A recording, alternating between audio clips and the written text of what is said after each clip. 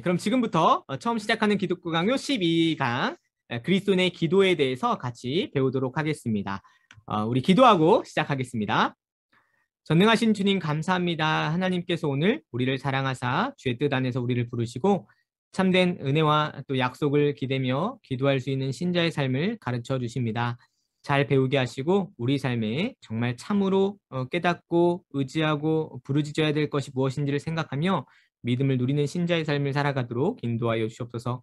오늘도 귀한 가르침을 통해 하나님을 더 사랑하게 하시고 그 사랑 안에 우리 주 예수 그리스도를 누리며 그 안에서 기도하는 참된 신자의 성장으로 나아가도록 우리를 이끌어 주시옵소서. 우리 구주 예수 그리스도의 이름으로 기도합니다. 아멘. 우리 지난 시간을 잠깐 복습해 보도록 하겠습니다. 우리 지난 시간에 칭의에 대해서 배웠는데 혹시 기억나세요? 칭의와 중생의 관계를 생각할 때 하나님께서 우리에게 밖으로부터 하나님의 의를 주셔서 우리를 의롭다 여겨주시는 그 칭의의 의미는 법정적 의미라고 했습니다. 우리가 안에서부터 우리가 의인이 되어서나 의인의 자격을 갖췄기 때문에 의인이라 칭하시는 것이 아니라 죄인임에도 불구하고 법정적으로 주께서 외부에서 바깥에서 의를 입혀주시는 것, 그래서 값없이 주시는 은혜에 근거한 것이 칭의, 의롭게 여겨주시는 것이라고 했습니다. 그리고 그것은 믿음을 수단으로 사용한다고 했었죠. 그리고 칭의와 중생의 관계를 생각할 때 칭의와 거의 동시에 중생, 곧 성화의 삶이 진행된다고 이야기를 했습니다. 칭의도 중생도 곧 성화도 이 전생애의 회개의 과정도 다 하나님의 은혜로 되는 것이다 라고 이야기를 했습니다. 왜 그러하는가 생각할 때 우리가 하나님의 심판대라는 하나님의 완전한 기준을 생각해 보자고 했었죠. 그 기준 앞에 설 수 있는 이 아무도 없기에 우리 주 예수 그리스도의 의를 내세우고 그 앞에 서지 않으면 아무도 주님의 심판대 앞에 설 수도 없습니다. 그런 의미에서 주님의 완전한 기준을 생각해 볼 때 감히 율법의 행위로 구원을 얻는다 또는 율법의 행위가 우리의 공로가 된다고 말할 수 있는 이 아무도 없음을 확인하게 됐죠. 그런 의미에서 칭의를 외치는 이유와 목적은 우리 자신을 볼 때도 그러하고 하나님의 이름과 영광을 생각할 때도 그러합니다. 그런 의미에서 우리는 어떤 우리의 삶에서 우리가 무언가를 행함으로 보상을 얻는다는 그런 식의 신앙관념으로 사는 것이 아니라 시작도 그리고 과정도 그리고 마침내 주실 영화의 모든 과정도 다 하나님의 은혜에 영광을 돌려야 하는 것이겠습니다. 더불어 우리는 그리스도인의 자유가 있었다라고 이야기를 했었죠. 율법의 정죄로부터 자유할 뿐만 아니라 나아가 이제 율법이 폐하여진 것이 아니라 중생하고 칭의 이후에 성화의 삶을 살아갈 때 하나님은 우리 그 자유로 율법을 이제 자발적인 순종으로 나아가게 하신다라고 이야기했습니다. 그리고 약한 믿음이 연약한 성도와 이웃을 위해서 덕을 세우는 방식으로 자유를 사용하는 것이다라고 지난 시간에 배웠었죠. 기억나시죠? 오늘은 이제 칼빈의 기독교 강에서 아주 어렵지 않으면서도 아주 따뜻하게 같이 배울 수 있는 기도에 대한 부분을 좀 다루려고 합니다. 오늘 그리스도인의 기도 3가지를 다룰 건데요. 특별히 기독교 강요의 순서에 따라서 기도의 본질과 가치, 그리고 올바른 기도의 법칙, 그리고 이 모든 기도가 하나님께 받아들여지는 이유와 근거가 되시는 중보자, 유일하시고 영원하신 중보자 예수 그리스도를 생각하는 것으로 우리의 기도를 시작부터 마침까지 한번 다루겠습니다. 20장에서 이후에 주기도문과 그 해설 그리고 기도로서 얻는 인내에 대한 내용들이 뒷부분에 나와 있는데 너무 중요한 내용이지만 주기도문을 해설하는 내용이라 제가 지난번에 십계명 해설처럼 속책자를 만들어 드렸잖아요. 이번에도 주기도문 해설 소책자를 만들어 드릴 테니까 주일에 오셔서 가져가시고 필요한 부분, 특별히 6가지 강구 가운데 내가 중심적으로 궁금했던 것들을 찾아 읽는 방식으로 소책자를 집에다 두고 읽으시면 주기도문을 이해하는 데 큰 도움이 될 것입니다. 그래서 오늘은 20항까지만 20장 20항까지만 기도의 내용을 다루고 21항부터 나타나는 내용들은 제가 요약하여 소책자로 만들어 드릴 테니까요. 주기도문은 따로 공부하시기를 바랍니다. 그러면 오늘 3가지 기도의 본질과 가치는 무엇인가? 올바른 기도의 법칙은 무엇이며 중보자 그리스도는 이 기도에서 어떠한 역할을 하시는가를 깊이 한번 생각해 보겠습니다. 첫 번째, 기도의 본질과 가치입니다. 여러분, 우리는 기도를 좀 어떻게 생각하시나요? 이 기도를 우리의 삶과 특별히 믿음을 주셔서 의롭게 하시고 더불어서 중생한 삶을 평생에 걸쳐 살아가는 우리를 생각해 볼 때 신자에게 기도는 무엇일까를 한번 여러분 생각해 보시기 바랍니다. 그리고 여러분에게 신자인 여러분에게 기도는 무엇인지를 한번 생각해 보길 바랍니다. 근데 성경은 기도를 아주 명확하게 이야기하고 있습니다. 기도는 무엇이냐면 우리가 하나님 안에 있는 것을 받아 누리는 것인데 그 부분을 기독교 강요는 예수 그리스도와 특별히 연결시켜서 이야기하고 있습니다. 그 부분을 제가 읽어볼게요. 기도에 있어서 믿음을 떼래야 뗄 수 없습니다. 이것을 깊이 유념하면서 20장 1항에 있는 내용을 읽어보겠습니다. 하나님은 그리스도 안에서 우리의 비참한 처지를 씻어내고 모든 행복을 주시며 하늘의 보고를 여시사 그리스도 안에서 우리의 핍절한 상태를 씻어내고 모든 풍성함을 주시며 그리하여 온전한 믿음으로 그의 사랑하시는 아들에게로 돌아가 온전한 기대를 갖고 그를 의지하며 그 안에서 안식하며 온전한 소망으로 그를 붙들 수 있도록 해주시는 것이다 라고 이야기하죠. 참 놀랍게도 하나님께서 이 기도를 우리에게 허락하실 때 특별히 믿음 안에서 그리고 믿음의 구체적 대상이 되시는 예수 그리스도 안에서 이것을 누리게 하셨다라고 잘 요약을 하고 있습니다. 여러분 예수 그리스도 안에서 이것을 누리게 하셨다라는 걸 아주 유념해서 생각을 해보세요. 기독교 강호가 그것을 아주 강조하고 있습니다. 앞서 다시 보세요. 하나님은 그리스도 안에서 우리의 비참한 처지를 씻어내시고 모든 행복을 주신다. 그리스도 안에서 핍절한 상태를 씻어내시고 모든 풍성함을 주신다. 그리고 온전한 믿음으로 그의 사랑하시는 아들에게로 돌아가 온전한 기대를 갖고 그를 의지하며 그 안에서 안식하며 온전한 소망으로 그를 붙들 수 있도록 해주시는 것이다 라고 이야기함으로써 기도를 말하면서 믿음의 대상과 구체적으로 누구를 의지하는지까지 같이 말하고 있습니다. 그런 의미에서 여러분 기도는 믿음과 떼래야 뗄 수 없고 믿음 있는 자가 기도하고 기도하는 자는 믿음이 있어야 함을 우리가 깊이 생각해 봅니다. 그러면 우리의 믿음의 대상과 내용은 언제나 누구였습니까? 우리의 모든 초점을 구속자에게 맞출 때에 우리 중보자 되신 예수 그리스도에게 있는 것이죠. 기도는 이것과 그런 의미에서 절대로 뗄 수 없습니다. 우리로서는 여전히 그리스도 안에 있다고 배운 그 모든 것들을 구해야 하며 기도로 그리스도께 간구해야 하는 것이다. 기도함이 없는 믿음은 진정한 믿음일 수가 없다. 곧 믿음이 복음에서 나오는 것처럼 믿음으로 말미암아 우리의 마음이 하나님의 이름을 부르도록 된다는 것입니다. 라고 이야기합니다. 믿음 있는 자는 반드시 믿기 때문에 하나님께 구하게 되고 믿음 있는 자는 그 믿음의 지식 때문에 그리스도 안에서 이 모든 것들을 찾게 되고 실제로 그 약속을 믿음으로 받아 누리는 평안으로 주께서 이끌어 주시는 것이죠. 그런 의미에서 여러분 성경을 정직하게 한번 읽어보십시오. 주님의 백성들은 반드시 하나님을 찾게 되어 있습니다. 그 찾음과 부르짖음이 기도라 할 수 있겠죠. 그렇다면 기도는 왜 필요한가 여러분 한번 생각을 해보아야겠습니다. 기도의 절대적 필요성이라고 되어 있는 이 항을 제가 읽어보겠습니다. 하늘 아버지 곁에 우리를 위해 저장되어 있는 보물을 얻기 위해서는 기도의 힘을 빌려 하나님과 교제해야 합니다. 주께서 주시기로 약속하신 모든 것에 대해서 기도로 그에게 구하라고 명하시는 것을 봅니다. 하나님께서 필요한 것을 구하면 주신다고 약속하셨으므로 우리는 담대히 호소할 수 있다라고 이야기하는데요. 이것은 이후에 우리 기도의 동기인 하나님의 명령과 약속 부분에서 좀 더 구체적으로 다루겠습니다. 먼저 짧게 다루면 우리는 기도를 왜 하냐면 주님이 약속하셨고 명하셨기 때문에 부르짖는 것이죠. 그런 의미에서 기도는 참으로 필요하고 유익하니 우리의 유일하고 안전한 요새는 하나님의 이름을 부르는 것입니다. 무엇보다도 우리를 보호하시는 섭리로 임재하셔서 일상사를 돌보시고 우리 약함을 지탱시키시고 죄악으로 비참한 우리를 받아들이사 사랑을 베푸시길 기원하면 우리 양심에 특별한 평강과 안정이 온다라고 이야기하는 것이죠.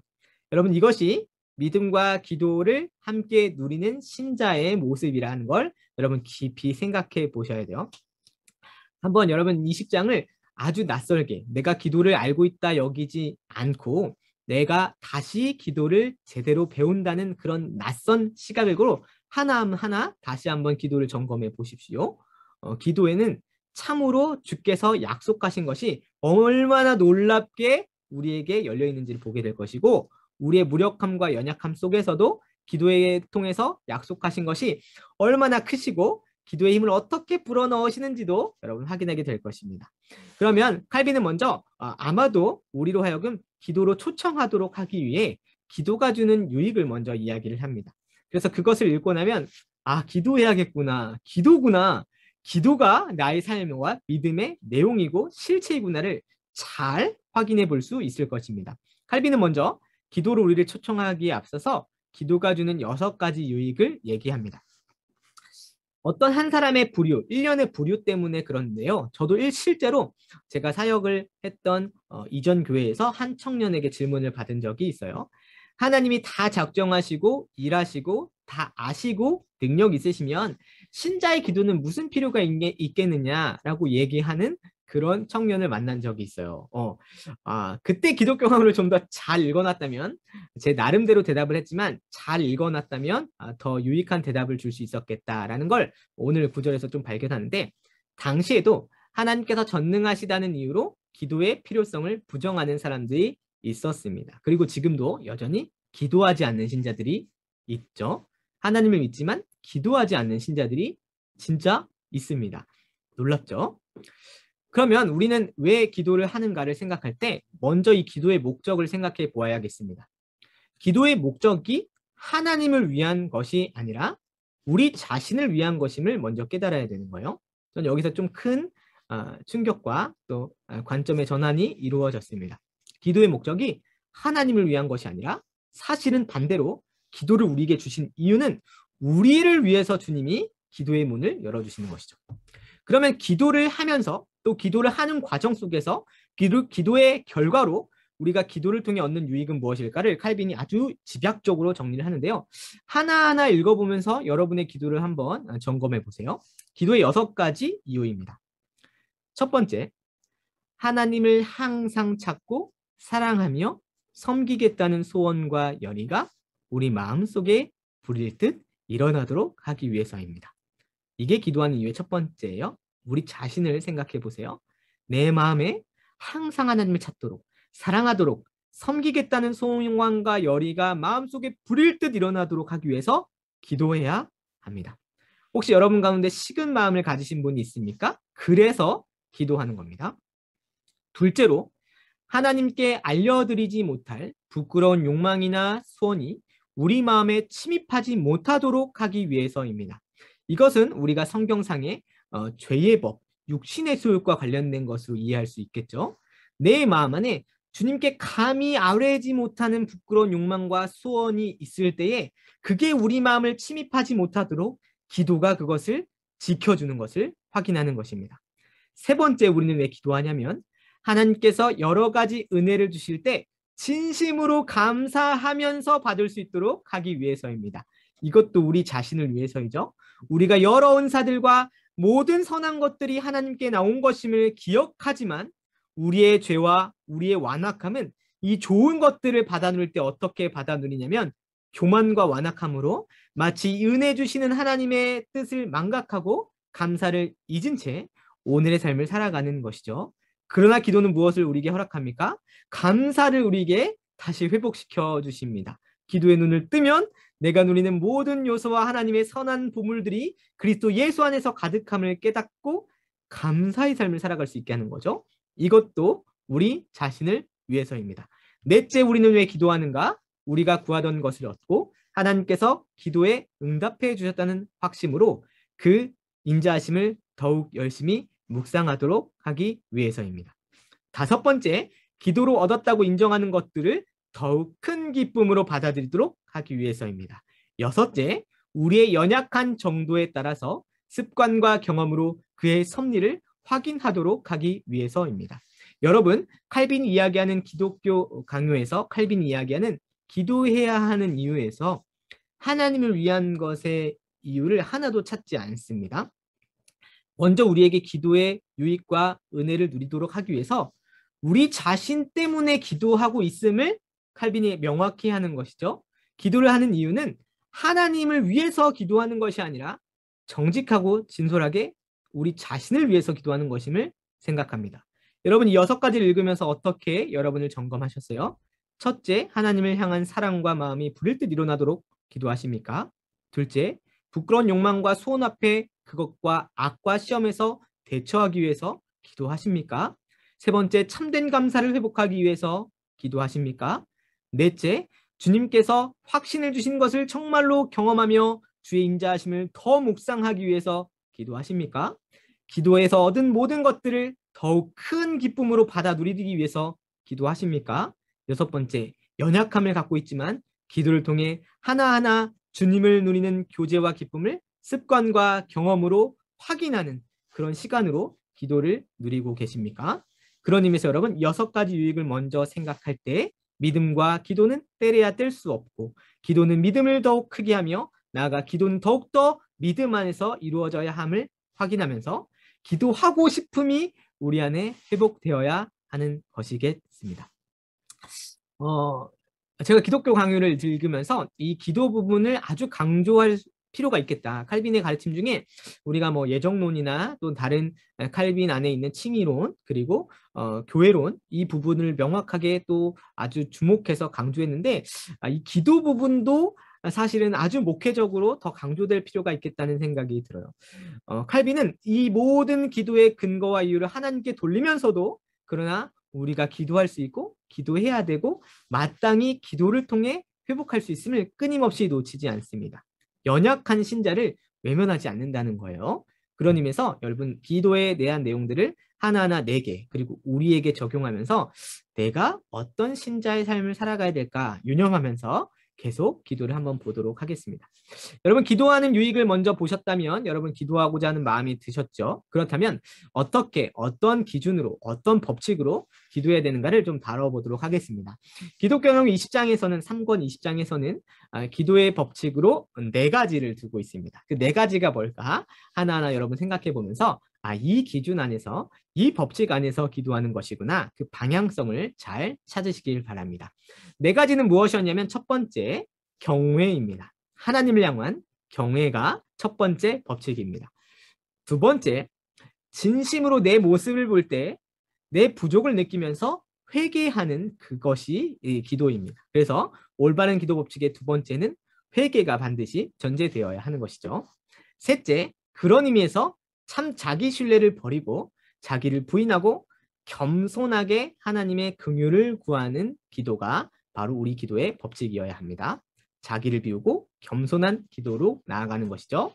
넷째, 그럼에도 불구하고 자기 부정과 자기 신뢰가 버려서 내 마음과 내 생각과 내 인격이 다 비탄에 빠지지만 그러나 동시에 확실한 소망을 붙들고 나아가는 게 기도의 법칙입니다.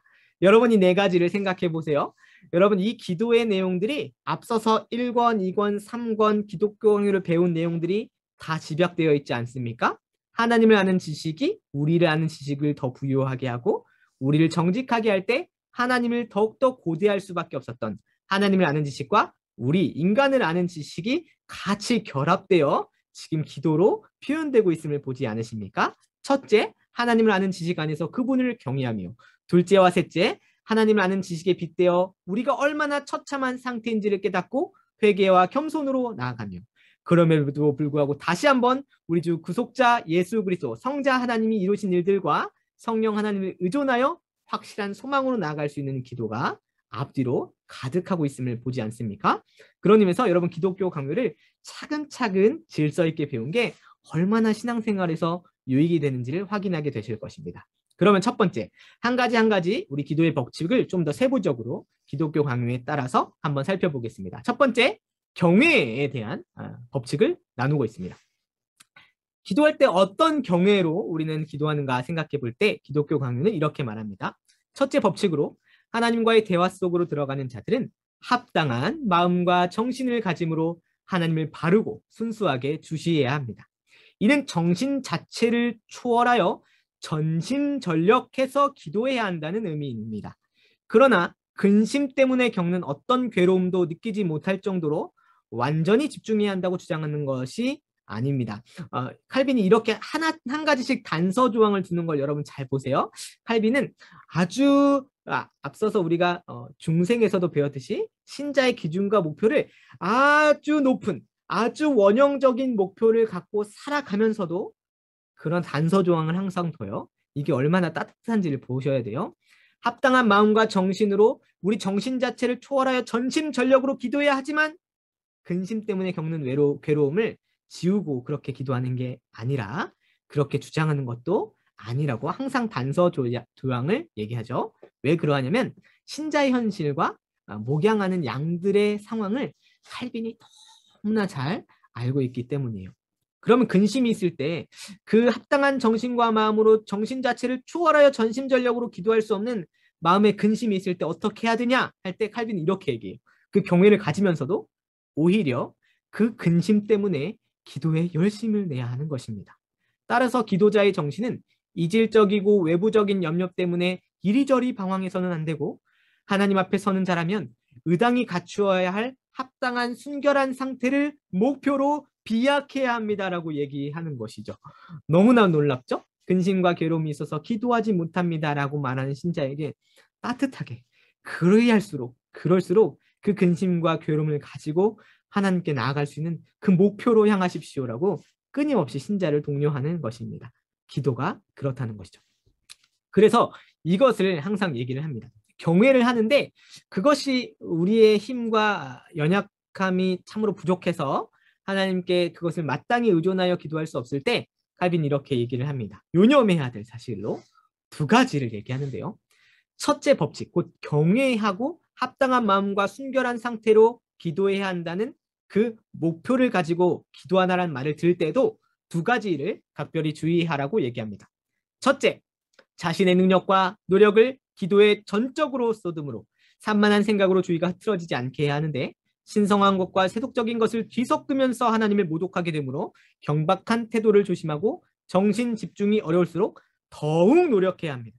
아시겠죠? 여러분 기도할 때 다른 산만한 생각과 주의를 흐트러지는 모든 근심과 생각이 있을 때마다 그것을 다시 전적으로 어려울수록 집중하기 위해 노력해야 한다는 걸 첫째로 가져야 합니다. 그러나 둘째, 비록 우리의 마음을 그 앞에 다 쏟아놓고 집중하라고 하셨지만 하나님께서 허락하시는 것 이상을 구하지 않아야 하는 것이죠. 이 두 가지 경외의 측면에서 생각할 때 주님께 전심전력하여 집중하고 허락한 것 이상을 구하지 않아야 한다는 그 기준에 비춰볼 때 여러분의 기도는 어떠세요? 그리고 저의 기도는 어떨까요? 제가 요새 새벽기도 진짜 항상 은혜 가운데 잘 참석하고 있는데 참석만 하고 이렇게 졸려가지고 기도 마치고 기도합시다 할 때 이제 기도를 딱 한 10분 정도 하고 있는데 이상하게 하나님이 딱 따뜻하게 이게 자꾸 잠을 주셔가지고 너무 부끄러운 시간을 좀 겪고 있는데 전심전력하고 또 하나님께서 허락하시는 것 이상을 구하지 않기 위해서 유념하면서 기도의 자리를 사모하며 나아가지만 그런데 어떻게 하냐면 이 두 가지에서 저는 언제나 어디서나 중대한 죄를 짓는 거죠. 그때 어떻게 해야 될까요? 전심전력해야 하며 하나님께 구하지 것 이상을 주의 뜻 안에서 더 이상 구하지 않아야 한다는 이 두 가지를 법칙으로 갖고 있는데 그런 이 두 가지에서 중대한 죄를 범하는 저를 보는 것이죠. 여러분은 어떻습니까? 그때 하나님 어떻게 하셨을까요? 하나님께서는 약한 우리를 도우시려고 성령의 지도를 베푸셔서 바른 것을 알려주시고 감정을 조절해 주시는 것이죠. 혹시 여러분 말할 수 없는 탄식으로 성령께서 우리의 기도를 도우신다는 성경의 구절 혹시 기억하십니까? 성령께서 말할 수 없는 탄식으로 우리 기도를 도우신다는 의미를 칼빈이 이렇게 해석을 합니다. 이것은 성령께서 직접 우리 대신 기도하시거나 우리 대신 탄식하신다는 것이 아니라 성령께서 우리 마음속에 확신과 소원과 탄식을 일으키시고 우리의 타고난 능력으로는 불가능한 그런 일들을 생각하게 하시는 것입니다. 바울이 성령의 지도 아래에서 신자가 드리는 기도를 말할 수 없는 탄식으로 지칭한 것은 기도 중에 일어나는 모든 방황들을 알기에 하나님께 표현할 만한 합당한 말을 못 찾아서 탄식할 수밖에 없기 때문입니다. 또한 신자는 성령을 의지함으로써 더더욱 깨어 기도하도록 노력해야 한다고 얘기를 하는 것이죠. 경외라는 첫 번째 법칙 앞에 여러분은 어떤 말할 수 없는 중대한 범죄를 기도 가운데 혹시 범하고 계십니까? 그럴 때일수록 어떻게 해야 되냐면 성령을 의지하라 라고 오늘 성경과 바울과 그리고 칼빈이 함께 동일한 줄기 안에 가르쳐주고 있는 것이죠. 성령께서 우리가 방황 안에 있음을 알기에 그래서 합당한 말을 찾지 못해서 탄식할 수밖에 없음을 알기에 성령 안에서 그것을 생각나게 하시고 더더욱 깨어 기도하게 하심을 가르쳐 주시는 겁니다. 첫째 법칙에 비춰본 여러분의 기도 생활은 어떠한지 궁금합니다. 두 번째 법칙입니다. 두 번째 법칙, 기도 안에 이 모든 내용들이 담겨 있어야 한다는 의미에서 법칙이라는 거예요. 두 번째 법칙이 무엇이냐면 진심으로 부족을 느끼며 회개를 비는 기도입니다. 둘째 법칙은 진실하고 강렬한 소원으로서 기도하는 것입니다. 냉담한 마음으로 또는 습관적으로 의무 이행하듯이 해서는 안 되니 죄인이라는 의식이 없는 상태에서 죄를 용서해달라고 한다거나 주문처럼 기도를 중얼거리면 안 됩니다. 하나님의 영광을 위해서 구하되 열의와 성의를 가져야 하니 줄이고 목마른 사람 같은 심정으로 정성을 다해 기도해야 하는 것입니다. 마치 아무것도 없는 벌거벗겨진 거지처럼 당신의 은혜와 자비 없이는 하루도 생존할 수 없는 존재라는 것을 깊이 유념하면서 기도해야 하는 것이죠. 그 의식, 마치 바리새인처럼 앞에 나아가 이 모든 사람 앞에 당당하게 기도하는 그런 모습이 아니라 우리가 누리는 신자의 법칙은 저기 구석에서 감히 하늘을 향하여 얼굴을 들지도 못하는 세리의 기도, 그 마음과 같은 그 진심의 부족을 가지고 하나님께 기도해야 하는 것입니다. 그런 의미에서 회개는 기도의 가장 필수적인 요소임을 생각하게 되는 것이죠. 항상 기도함과 회개의 필요성 속에서 칼빈은 이렇게 우리에게 이야기를 합니다. 참된 기도는 하나님과의 만남을 얻습니다. 그러므로 합당한 기도에는 회개가 필요하고 하나님을 성실하게 경배하는 사람들만이 올바르게 기도하며 응답을 받으므로 반드시 회개가 있어야 합니다. 그렇지 않으면 기도의 문이 닫히기 십상이고 하나님께서도 그런 자들의 기도에는 응답하지 않으십니다. 아시겠죠? 여러분, 성경상에서 기도하는 수많은 선지자들과 또 족장들과 성경의 인물들을 보십시오. 믿음을 더할수록 자신의 비참함을 더 주께 가지고 왔으며 그럴수록 더 주께 기도했음을 생각합니다. 비참해서 정말 탄식함으로 숨는 것이 아니라 그럴수록 더욱 믿음으로 달려갔던 믿음의 선진들을 생각해 보십시오. 경외와 더불어서 내 비참함과 회개를 아는 자는 그럴수록 더 기도하는 아주 묘한 선순환을 생각해 보게 되는 것이죠. 세 번째, 그렇기 때문에 사람은 어떻게 하냐면 자기 신뢰를 정말로 지워버립니다. 그리고 겸손하게 하나님의 긍휼을 구하는 용서로 나아가는 것이죠. 셋째 법칙으로 자기의 가치와 영광을 일체 생각하지 않는 진정한 겸손의 자세를 가져야 하겠습니다. 하나님의 종들은 항상 자기의 죄를 고백하고 용서를 구하며 겸손하게 자기 자신을 낮추는 것이죠. 무엇보다도 자기들은 하나님의 것이요. 따라서 하나님께서 자기들을 돌보신다는 사실을 확신했습니다. 바룩서를 인용하면서도 바룩 역시 자신의 인지 가운데서 자신이 얼마나 철저하게 낮아진 존재인지를 아무것도 아닌 존재인지를 고백했음을 확인시켜 주는 것이죠. 그런 자리에서 여러분 자기 신뢰를 버리고 나면 무엇을 구할 수밖에 없을까요? 주께 죄사함 용서를 구할 수밖에 없는 것입니다. 그런 의미에서 죄사함을 위한 간구의 중요성을 이렇게 얘기합니다. 올바른 기도는 성실하게 자신의 죄를 고백하며 용서를 간구하는 것입니다. 오랫동안 잊고 있었던 죄까지도 회개하며 하나님과 화해하는 열쇠로서 기도의 문을 열어야 하는 것입니다. 그러므로 죄 용서를 간구하면서 하나님의 값없이 베풀어 주시는 자비를 의지해야 하는 것입니다. 여러분, 둘째, 아까 회개해야 한다는 것과 셋째, 자기를 지우고 영원히 자신이 멸망당할 죄인임을 깊이 유념하면서 겸손하게 용서를 구하는 것. 그런 의미에서 저는 이제 둘째 법칙과 셋째 법칙이 묘하게 아주 결합되어 있음을 좀 확인하게 되는데요. 여러분 어떠합니까? 경외 앞에서 회개함과 또 자기를 버리고 겸손하게 용서를 구하는 기도가 우리 안에서 선순환으로 나아가는 것이죠. 그런데 여기서 그치지 않습니다. 이게 여러분의 기도에 놀라운 능력이고 힘이 되는데 그것은 무엇이냐면 바로 네 번째 법칙입니다. 확실한 소망으로 비는 기도입니다. 넷째 법칙은 자신을 낮추고 겸손해지되 동시에 기도에 대한 응답을 확고한 소망으로 품고 용기를 내는 일입니다. 죄 용서는 오직 하나님의 자비로만 이루어지므로 우리의 두려움을 일으키는 회개와 우리에게 기쁨을 주는 믿음은 뗄래야 뗄 수 없이 굳게 결합되어 있는 것입니다. 이러한 선진들의 실예를 칼빈은 다윗에게서 찾습니다. 어떻게 찾냐면 인자와 경외를 연결시킨 다윗의 고백은 이 두 가지를 연결시키는 좋은 신뢰입니다. 오직 나는 주의 풍성한 인자를 힘입어 주의 집에 들어가 주를 경외함으로 성전을 향하여 경배하리이다 라고 얘기하는데요. 무엇입니까? 주를 두려워함을 갖고 있으나 주님의 인자를 힘입어 주님께 나아가는 것이죠. 우리의 확실한 소망의 근거는 무엇입니까? 하나님을 아는 지식에 있는 것이죠. 주님을 알 때에 심판주요 그리고 모든 창조주임을 깊이 생각하지만 더불어 그 하나님이 우리의 그리스도 예수 안에서 아버지 되시는 하나님임을 깨달을 때 경외와 인자를 같이 포함해서 하나님께 나아갈 수 있는 것이죠.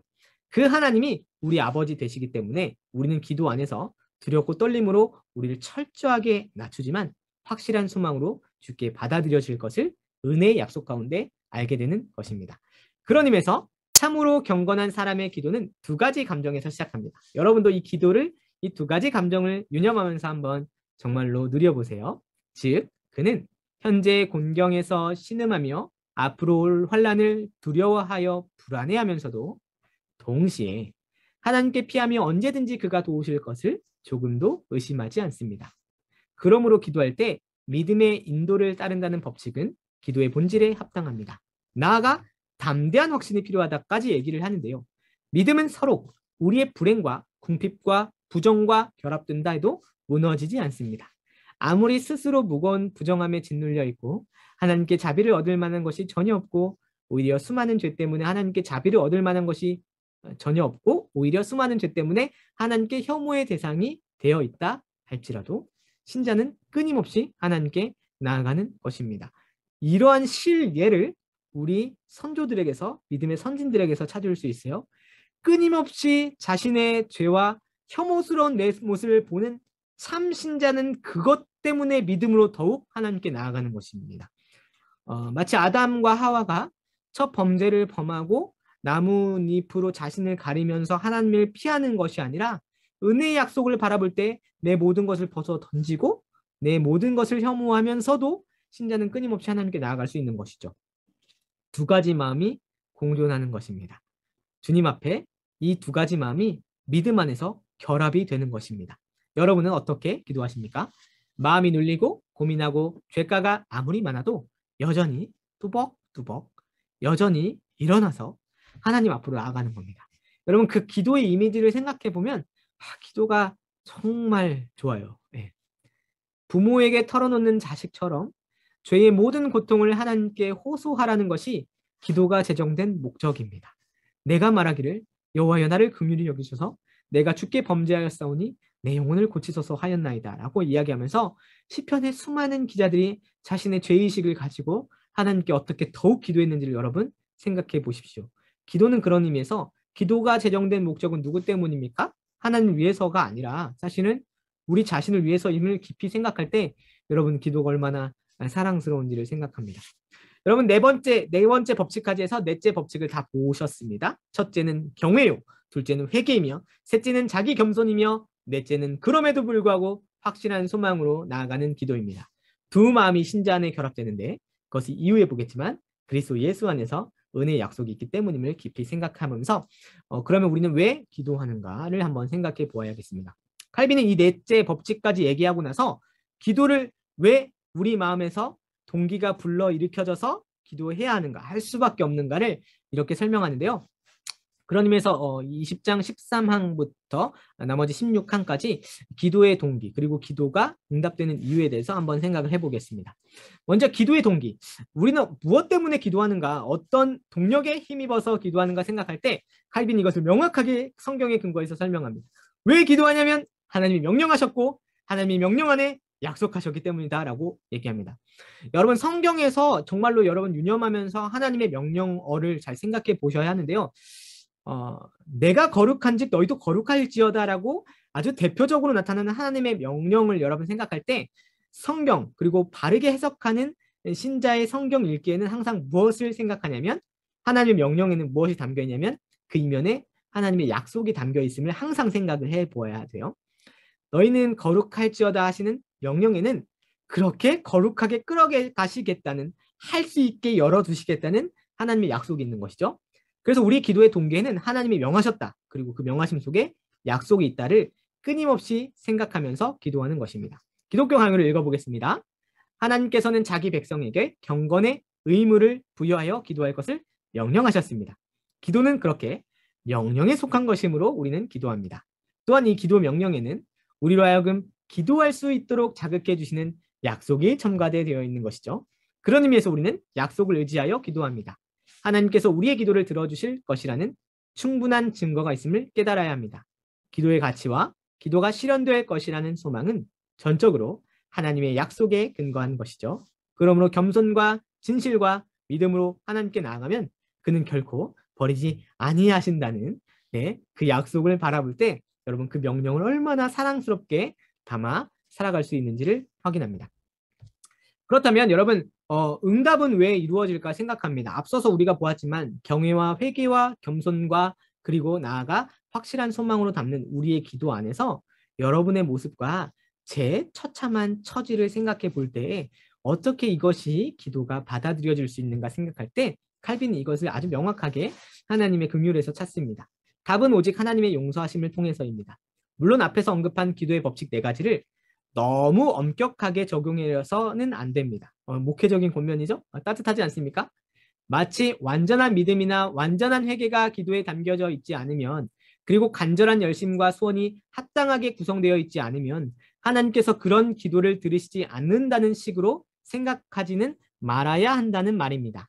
이러한 것을 완전 무결하게 실천하여 기도한 사람은 아무도 없습니다. 너무나 놀랍죠? 칼빈 자신도 아니라고 얘기를 하는 거예요.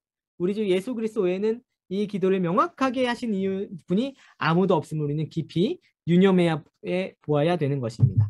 그렇다면 왜 우리는 이렇게 기도하지 못함에도 불구하고 응답되는가 생각해 볼 때 그것은 다만 자신의 연약함으로 인하여 넘어질 때 하늘에 계신 아버지의 품속에서 자신의 한을 쏟아붓는 것 위에 다른 위로를 찾지 못했던 것입니다. 그러나 하나님은 우리의 그렇게 더듬거리는 탄식과 비탄까지도 주님이 용납해 주시는 것이죠.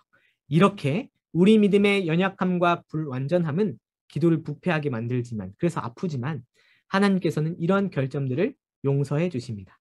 하지만 하나님께서는 우리의 믿음을 소멸시킬 듯한 어려운 시련으로 시험하시기도 하시는 것이죠. 성도는 이럴수록 더욱 노력해서 결점을 시정하고 기도의 완전한 표준에 이르도록 날마다 노력해야 하는 것입니다.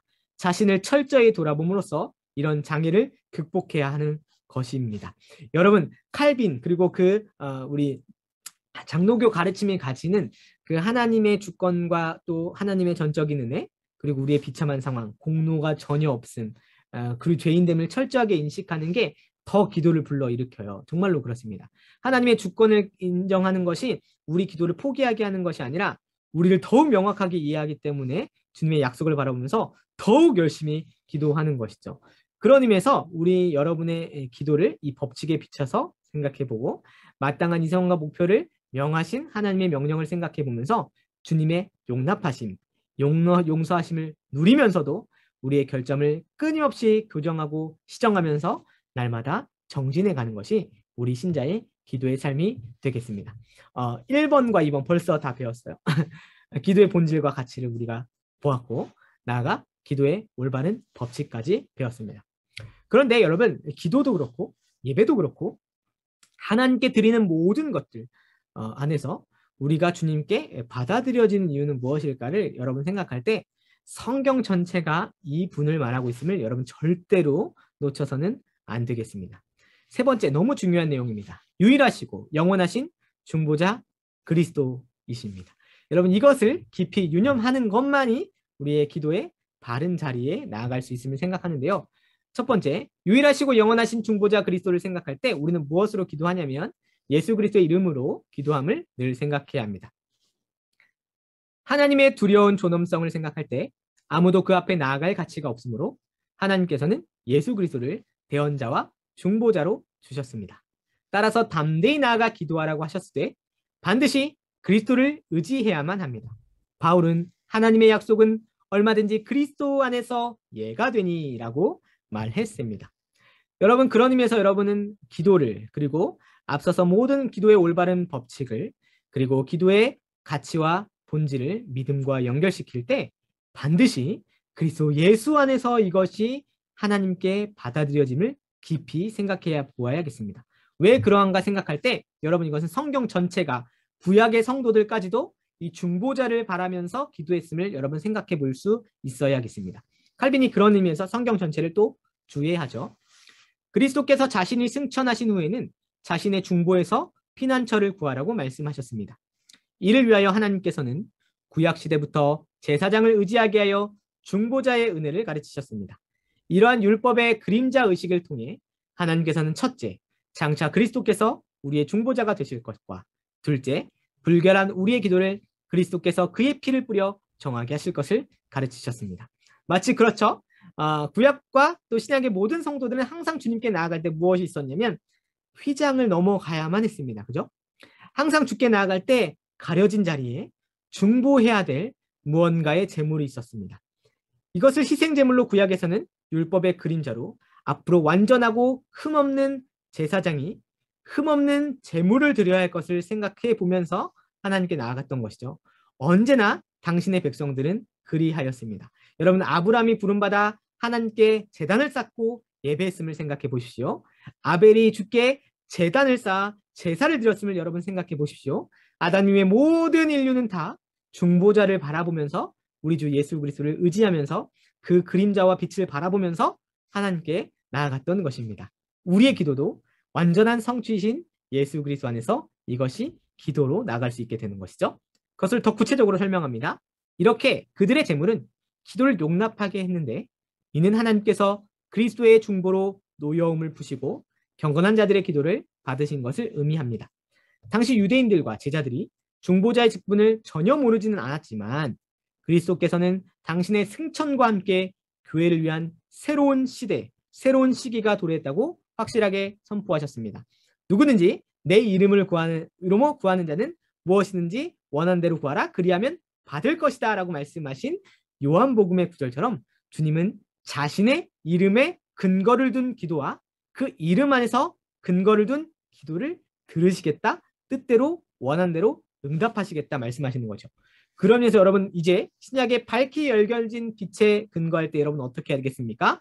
그리스도의 피가 새로운 길을 여셨음을 기억하고 우리는 이것을 기꺼이 두 팔로 껴안아야 하는 것입니다. 그것으로 기도하는 것입니다. 그런 의미에서 여러분의 기도를 다시 한번 점검해 보십시오. 늘 기도를 점검합니다. 또 늘 기도하면서 습관적으로 무뎌진 상황도 다시 점검하면서 기도합니다. 그때 늘 이런 생각을 해야 합니다. 예배도, 우리의 헌물도, 우리의 기도도, 우리의 찬송도 얼마나 얼룩지고 오염되어 있는지 여러분 먼저 잘 생각을 해보셔야 돼요. 아무리 기도를 배우고 아무리 기도를 당신의 말씀으로 가득 채워 교정시킨다 하더라도 우리가 얼마나 얼룩과 오염으로 가득한 기도와 예배와 찬송과 헌물을 드리고 있는지를 생각해야 합니다. 그때 우리는 마침으로 무엇을 정말로 생각해야 하냐면 예수 그리스도의 이름으로 기도합니다. 늘 생각해야 되는 겁니다. 그리스도 안에서 예배합니다. 라를 생각해야 되는 것입니다. 그리스도 예수 안에서 받아들여지는 헌물이 되길 원합니다. 그런 찬송이 되길 원합니다라고 생각해야 하고 그것을 그 약속 안에 기꺼이 두 팔로 껴안아 기도해야 되는 것이죠. 여러분 그리고 한번 저는 이 기독교 강의를 읽으면서 아주 중요하게 좀 깨달은 것이 있었는데 혹시 그 신자들 사이에서 중보기도라는 용어가 좀 중보기도라는 용어가 도고기도라는 용어를 사용해야 된다라고 하면서 그 이유가 뭐냐 막 잘 들어보면 중보는 예수 그리스도만 하신다 이렇게 기도하고 얘기하고 가르치는 분들이 있어서 중보기도라는 용어를 좀 수정하고 교정해야 된다라고 말하는 한 부류의 사람들도 있죠. 그죠? 그런 거 들어보셨죠? 중보는 오직 예수 그리스도만 하는데 어떻게 신자들이 중보기도를 한다고 표현할 수 있느냐 이런 신학적인 용어는 교정해야 된다라고 말하는 분도 있어요. 그리고 그것도 일련 맞는 말이라고 생각을 합니다.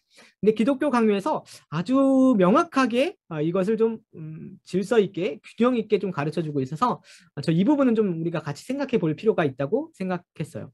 저는 결론부터 말하면 이러한 관념 안에서 이러한 믿음의 내용 안에서 이런 지식 안에서 중보기도 한다라고 표현을 한다면 정말로 그 기도는 합당한 표현이라고 생각을 해요. 결론부터 말하면 중보기도 할 수 있습니다. 그런데 이 관점과 이 믿음의 내용 안에서만 중보기도 한다는 표현을 사용할 때에만 우리는 중보기도를 정말 아주 구체적으로 아주 열심으로 기도할 수 있다고 저는 생각을 해요. 그러나 이런 관점으로 기도하는 것이 아니라면 중보기도라고 말하는 그 사람의 기도는 얼마나 완악하고 교만한 것인지를 다시 한번 확인하면서 기독경영과 성경이 말하는 중보기도의 관념은 무엇인가를 한번 생각해보고 교정해 보겠습니다.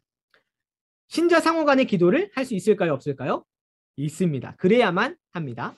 신자가 서로와 서로를 위해서 정말로 기도해야 합니다. 그러나 그때에도 그리스도께서 유일한 중보자가 되십니다. 읽어보겠습니다. 성도들은 여전히 각기 다른 이들의 구원을 위하여 간구해야 합니다. 이런 기도를 우리는 중보기도 또 중보기도 제목으로 우리 교회 안에서 잘 누리고 있죠. 그런데 중요한 것이 있어요. 이 간구들은 모두 오로지 그리스도의 중보기도에 의존하므로 그것들이 그리스도의 중보기도를 손상시키는 것이 아닙니다. 우리가 한 몸의 지체들로서 서로를 위하여 올리는 간구들이 진한 사랑의 감정에서 샘솟아나는 것이듯이 이 간구들은 또한 몸의 머리이신 그리스도와 연합하여 이루어지는 것입니다. 이런 관점으로 기도하는 것은 참된 중보기도, 신자 사이의 기도라고 말할 수 있겠습니다. 우리가 다른 이를 위해 기도할 때 이것이 나의 기도의 어떤 여력이나 능력이나 열심이나 시간과 노력으로 이 사람이 응답되는 것이 아니라 나의 얼룩지고 오염된 모든 기도가 머리 대신 예수 그리스도와 연합하여 하나님 앞에 받아들여질 때에 씻김을 받고 거룩하여져서 그 사랑의 감정으로 그리스도를 의지하여 기도할 때에 우리 신자들 사이에 드리는 서로를 위한 기도가 예수 그리스도의 중보 기도 때문에 받아 올려지는 것이죠. 그런 의미에서 중보 기도라는 표현을 사용할 수 있겠습니다. 예수 그리스도의 중보 기도를 원형으로 하여 그분을 목적으로 하여 신자들 사이에서 기도할 때 그 기도라는 표현을 사용할 수 있다는 것이죠. 그러므로 그런 간구들을 그리스도의 이름으로 드린다면 과연 그리스도의 중보가 없이는 그 어떠한 기도에서도 아무런 도움을 얻을 수가 없다는 것 이외에 이 사실에서 더 분명하게 드러난 것이 무엇이겠습니까? 그리스도께서 중보하신다고 해서 우리가 교회 내에서 기도로서 서로를 위하여 간구하지 못하도록 방해받을 것은 아무것도 없는 것입니다. 그리스도께서 중보하시기 때문에 우리는 더욱 서로가 서로를 위해서 기도해야 되는 것이고 그 기도가 힘을 발휘하는 이유는 우리의 오염지고 얼룩진 기도 속에서도 주님께서 중보하심으로 그 기도가 하나님께 상달되기 때문이겠죠. 그런 의미에서 여러분 형제와 자매를 위해서 기도해야 되지 않으시겠습니까? 나의 기도가 감히 그리스도 예수를 중보를 힘입어 하나님께 상달될 수 있다면 여러분 더욱 열심히 우리 교회를 위해서 또 신자 공동체를 위해서 그리고 우리 가정을 위해서 더욱 기도해야 되지 않겠습니까? 그리스도 예수 때문에 이것이 상달되고 있는데 하나님께 받아들여지고 있는데 신자들을 더욱더 진정한 사랑으로 기도해야 되지 않겠습니까? 도전하는 것이죠. 그러므로 온 교회에서 행하는 우리의 모든 간구들이 그리스도의 그 유일한 중보 기도를 기반으로 한다는 원리를 여기서 확고히 세워야 할 것입니다. 아시겠죠? 아우구스티누스는 이렇게 얘기합니다. 그리스도인들은 기도로서 서로를 서로에게 맡깁니다. 그러나 진정한 중보자는 한 분뿐이십니다. 그분을 위해서는 아무도 간구하지 않지만 그분은 모든 사람을 위해서 간구하신다라고 아주 정확하고 적실하게 표현했던 것이죠. 중보자 예수 그리스도께서 우리의 중보자가 되셔서 오늘도 우리와 함께 하심을 여러분 깊이 생각해 보시기 바랍니다. 그런데 칼빈이 마지막에 그리스도의 중보, 그리스도께서 중보 기도하시는 내용을 우리가 기도하는 방식으로 이해해서는 안 된다고 잘 정리하면서 마칩니다. 하지만 그리스도의 중보를 정확하게 이해해야 합니다. 이것은 그가 마치 우리처럼 하나님 앞에서 무릎을 꿇고 우리를 위해서 애원하는 것처럼 그런 것을 가리키는 것이 아닙니다. 이는 그리스도께서 그의 죽으심의 능력이 우리를 위한 영원한 중보 기도의 효과를 가져오고 즉 그리스도의 공로와 그분의 의가 우리가 주님께 나아갈 수 있는 중보의 효력을 가져오는 것이고 두 번째 하늘 성소에 들어가셔서 세상 종말까지 백성의 기도를 가지고 하나님 앞에 가셨다는 그런 의미가 되는 것입니다. 주님이 중보하신다는 건 우리를 위해서 하나님께 애원하면서 제발 들어주십시오를 말하는 것이 아니라 주님이 승귀하셔서 놀라운 보좌 우편에 앉아 계심으로 하나님은 그분의 능력과 공로와 의를 힘입어 백성의 기도를 하나님 앞에 온전히 드리실 수 있는 유일한 중보자가 되시는 것이죠. 그분이 우리 눈앞에 있는 것입니다. 기도하고 싶지 않으십니까? 혹시 기도할 여력이나 힘과 처지가 안 된다고 여기시는 분 혹시 있으십니까? 그럴수록 더 기도할 수 있습니다. 하나님이 은혜로 여러분의 처지와 비참한 상태를 깨닫게 해주신 겁니다. 여러분이 아무것도 아님을 가르쳐 주셨다면 더욱 우리의 모든 것 되시는 예수 그리스도를 중보 삼아 기도할 수 있게 되는 것이죠. 혹 기도할 힘이 없다고 여겨지는 분 있으십니까? 신자에게 부탁하십시오. 그리고 저에게 부탁하십시오. 다시 깨어서 정신 차리고 성령을 의지하여 기도하겠습니다. 제가 기도해서 응답되는 것이 아니라 그리스도의 중보에 힘입어 기도한다는 것을 깨닫기 때문에 더욱 기도할 수 있음을 알게 되지 않습니까? 그런 의미에서 오늘의 가르친 내용들을 한번 정리해 보겠습니다. 여러분, 기도에서 구하는 것은 무엇일까요? 여러분, 기도를 한번 다시 점검해 보십시오. 기도란 우리의 의, 모든 소원, 기쁨, 한숨, 그리고 최종적으로 우리 마음속의 생각을 하나님 앞에 쏟아내는 바 우리와 하나님 사이의 일종의 일치이기 때문에 우리가 하나님을 부르며 기도할 때 우리는 우리 마음속 가장 깊은 곳까지 내려가서 목이나 혀에서가 아닌 바로 그곳에서 하나님을 부르고 있는가 부지런히 살펴보아야 합니다. 아까 이것이 첫째 법칙인 경외, 전심전력이겠죠. 그런데 비록 기도할 때 혀가 어떤 기여를 하여 하나님을 생각하는 것에 마음을 집중할 수 있게 하거나 하나님의 선하심을 명상하는데 전념시킨다 할지라도 하나님께서는 자신의 선지자를 통하여 마음 없이 입술로만 표현할 경우라면 이것이 아무 소용이 없다는 사실을 이미 선언하셨습니다. 즉 하나님께서는 마음은 멀리 있으면서 입술로만 하나님을 높이는 모든 자들에게 가장 무거운 벌을 내리시는 것입니다. 그러나 참된 기도가 마음에서 나오는 순수한 느낌으로 하나님께 나아가는 것이면 우리는 우리 자신의 영광과 관련된 모든 생각, 우리 자신의 가치와 관련된 모든 개념, 즉 우리 자신에 대한 모든 확신을 뒤로 돌려야 하는 것입니다. 우리가 선지자에게 교훈을 받은 것처럼 우리의 기도를 우리 자신의 의 안에서가 아니라 하나님의 크신 자비 안에서 쏟아내는 것은 하나님께서 자신의 이름이 우리 위에 불려졌을 때 하나님 자신을 위하여 우리에게 응답하시기 위해서입니다. 우리 자신의 비참함에 대한 감정이 하나님께 접근하지 못하도록 방해해서도 안 되는데 이는 기도가 하나님 앞에 거만하게 우쭐해야 하거나 우리 자신의 어떤 것을 크게 높이도록 지정된 것이 아니라 기도로서 우리가 우리의 참상들을 고백하고 하나님 앞에 그것들을 위해 슬피 울어야 하는 것이기 때문입니다. 여기까지가 둘째와 셋째 법칙이겠죠. 회개와 겸손을 말하는 것입니다. 이것은 마치 어린아이들이 부모에게 친밀하게 그들의 걱정거리를 내려놓는 것과도 같습니다. 오히려 이러한 죄에 대한 감정은 우리가 더욱 기도하도록 만드는 자극이 되어야 하는 것입니다. 우리가 열심히 기도하도록 만드는 두 가지가 있습니다. 즉 우리에게 기도하라고 하신 하나님의 명령, 우리가 구하는 것은 무엇인지 받을 것이라고 우리를 확신시키는 약속이 그것입니다. 이것이 기도의 동기였죠. 하나님을 부르고 찾는 자들은 그렇게 함으로써 그들이 하나님께서 기뻐하실 만한 일을 하고 있음을 알기 때문에 커다란 위안을 누리는 것입니다. 그러고 나서 하나님의 진리에 의지하여 그들은 기도가 응답될 것이라고 실제적으로 확신합니다. 구하라 그리하면 그것이 너희에게 주어질 것이다. 환난 날에 나를 부르라 내가 너희를 건지리니 내가 나를 영화롭게 하리라.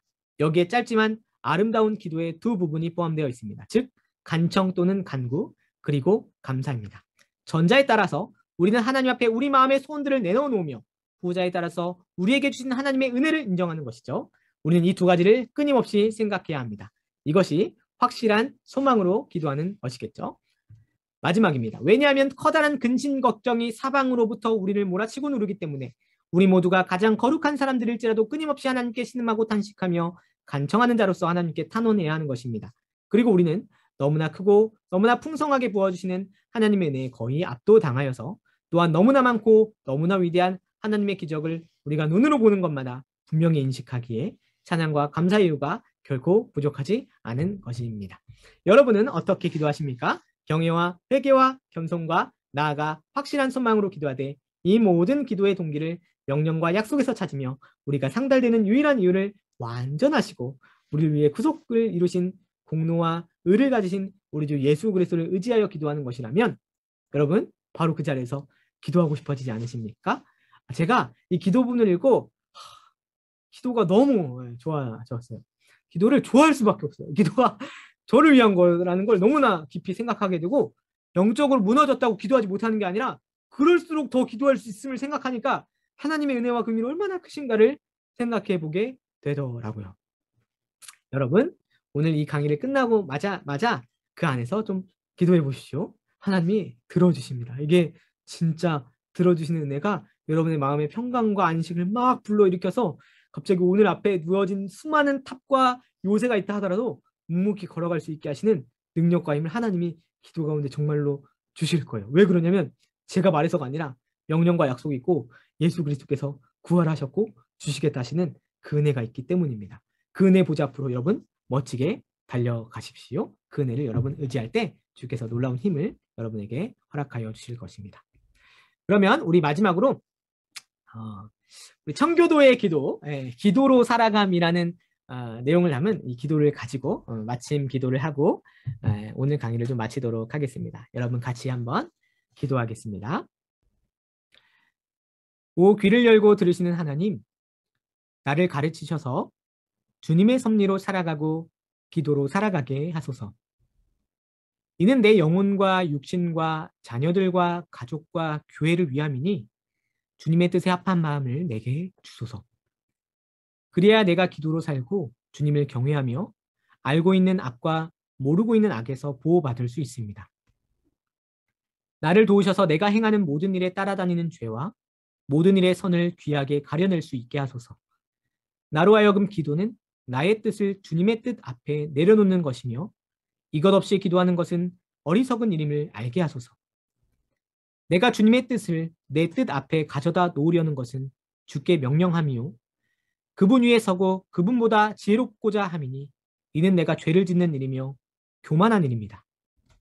기도할 때는 주님의 가르침과 약속에 따라야 올바로 끝마칠 수 있으며 또한 주께서 기뻐하시는 기도로 마치려면 주님의 주권적인 뜻에 따라야 함을 알게 하소서. 주께서 내게 용서와 화평과 상한 마음을 위하여 기도하라 명하실 때는 주께서 내게 약속하신 것을 주시고자 함이니 이는 내게 유익하고 주께 영광이 되는 일입니다. 나로 하여금 작은 일들을 소원할 뿐 아니라 거룩한 담대함으로 주님의 백성과 나를 위하여 큰 일도 소원하게 하셔서 그들과 내가 모두 주님의 영광을 위하여 살게 하소서.